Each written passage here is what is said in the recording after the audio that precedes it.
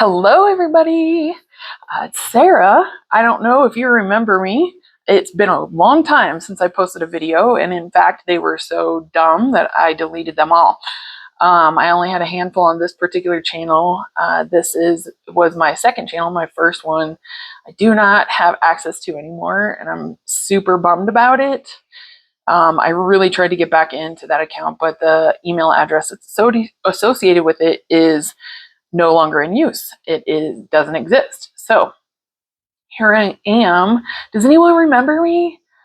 Sarah Will Be Skinny from YouTube. Long time ago, way back in the day before like it was cool to be a vlogger. Yeah, lots have changed since then. But just to kind of reintroduce myself to those who have either never met me or don't remember who I am. I wouldn't expect you to, but here I am. And I used to make videos a long time ago because I actually used to be close to 400 pounds. I used to weigh close to 400 pounds. Like 390 is kind of the last time that was like the last recorded weight, but I know that I had weighed more than that at one point in time. And in 2009, I had gastric bypass surgery, and it changed my life.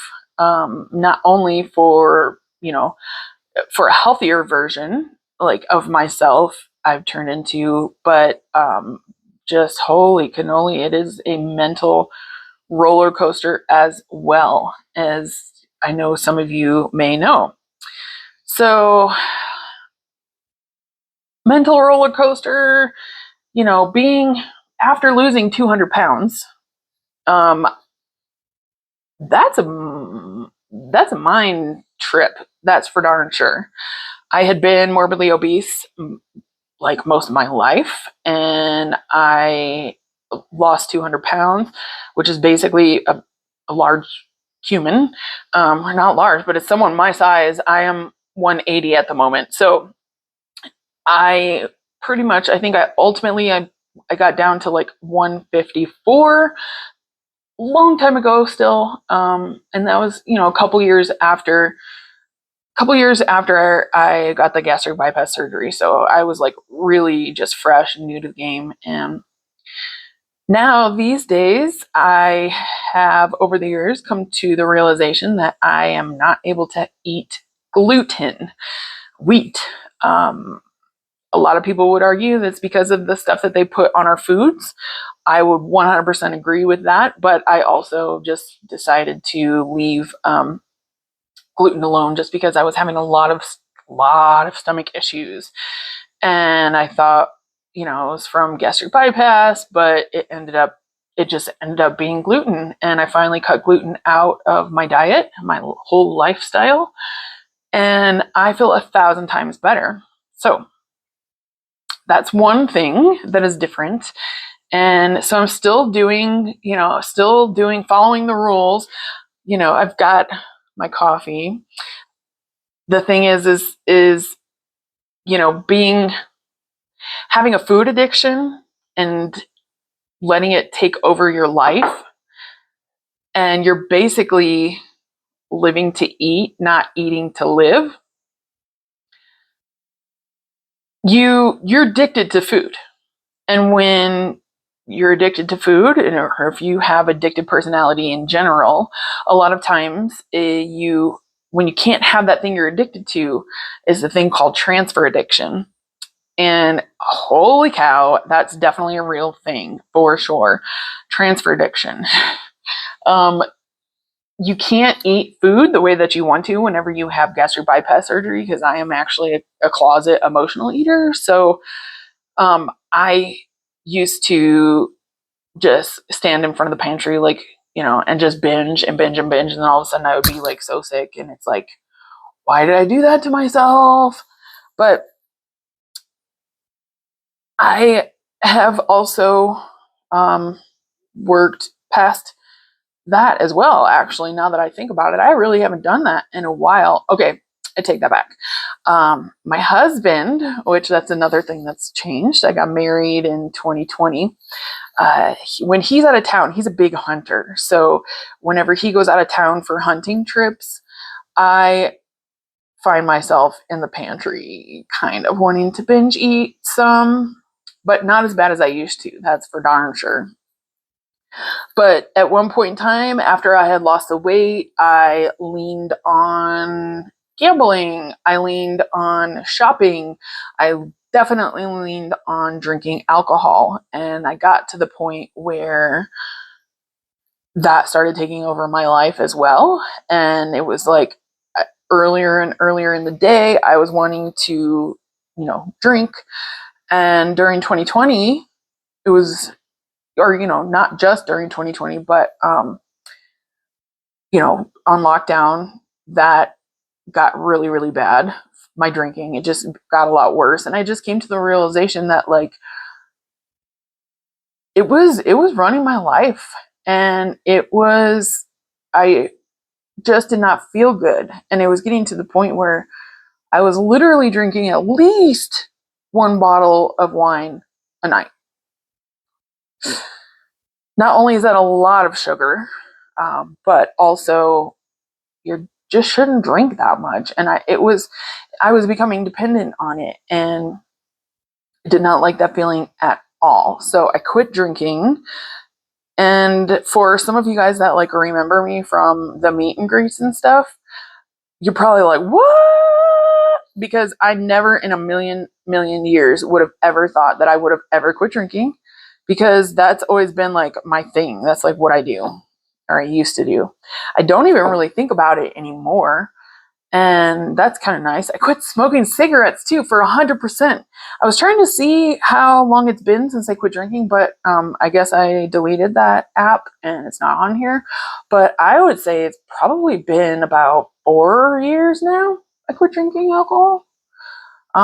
There have been 2 times during those 5 years that I was like, well, maybe I can handle it. Maybe I can just have a drink, like I just miss that. But then once I had one drink one time, then I wanted to have another drink right away, another drink right away, another drink right away. And then at that point in time, I was like trying to find excuses as to why I should start drinking again. And when I realized that was happening, I said, no, it still has too much control over me. And like when I love hard. Okay. And it is either 150% or 0. And I love alcohol hard. So finally quit it. And I am super proud of myself, which is difficult for me to do as well, or admit even that I'm proud of myself. Part of the growth process. You just got to go through that. 2009, when I had my gastric bypass surgery, and right now it just hit 2025. So it's been a long time since I have kept this weight off, and I think my body just sits at like 170, 175, 180. It just fluctuates. A lot of times I just say, screw it, I don't care. I'm going to eat sugar and carbs. And then I realize, oh, this makes me feel like crap. So I'm going to go back to eating healthy. So I go back to eating healthy, but then, it's like someone's birthday or something. And then, I fall off the sugar wagon, and then you have to go through the sugar detox for 3 days. It just sucks. But it's just because of all the poison that they put in our foods. Sorry, I just hit my rabbit. Little rabbit microphone. He's so soft. But it's the poison that they put into our foods, and they make it to where you become addicted. They want you to become addicted because they want you to keep coming back. So it's not, people are like, oh, I have no willpower. Willpower is a huge portion of that. But also, too, it's really hard when your body becomes physically addicted to a substance of any kind.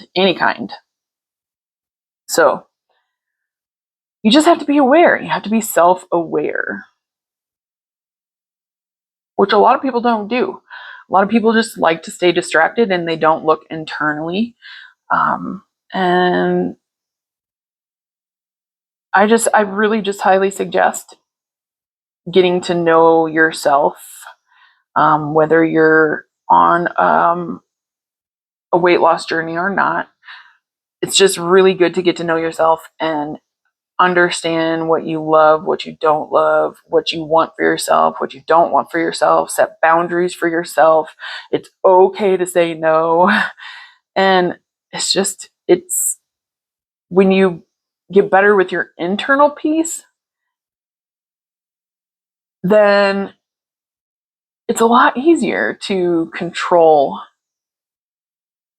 the willpower, control the urge to eat. Or, going back to the transfer addiction thing. So I quit alcohol, quit cigarettes, quit that. But my coffee, I'm addicted to my coffee. It's so delicious and it takes me to my happy place, and I probably drink way more than I should. But I also drink just as much water, if not, more water than I do coffee. And I try to use the smallest amount of creamer as possible. And I switched over to like a more natural creamer instead of that Coffee Mate stuff that's like got oil in it. So anyways, over the years, I've learned to read a lot more labels, learn a lot more about what kind of stuff is going into my body. I do not do artificial sweeteners anymore. I can taste that poison like in anything. If I do take on sugar, it's always like real sugar. So I try to avoid the high fructose and all that other stuff. But anyways, this video is getting to be pretty long, and it might be pretty boring for someone who has not watched any of my videos ever. So nice to meet you. Thanks for coming to my channel. I think I want to try to do some more videos. I don't really know what to talk about though. Do I just stick with weight loss? I was thinking about maybe doing, because of the gluten-free thing, I thought about maybe doing some gluten-free recipes and like cooking segments, or I don't know. You guys remember me? Do you? And if you tell me, what do you want to hear about? Like, that's part of the reason why I stopped doing videos, because I felt like, why would anybody want to listen to me? But I like educating people, and I like helping people, and I like having people understand that they're not alone. They're not alone, and that we all go through this kind of stuff. So love yourself, take care of yourself, respect yourself, set boundaries for yourself. And it's life-changing, really. So I hope everyone is well. I know over the last couple of years we've lost some of our original OG YouTube people, and it just breaks my heart. And I'm not good when it comes to people passing away. I never know what to say, like ever, and because no words can take that pain away. So I just pray for them. And sometimes, I will tell them, I'm sorry for the loss, but I don't reach out, and I should. And that goes for anybody, not just like YouTube people, but I'm finding myself like also doing that with family members. So we always have to be working on ourselves, But anyways, okay, too long again. Thank you guys. I'm so excited to be back, and I'll see you soon. Bye.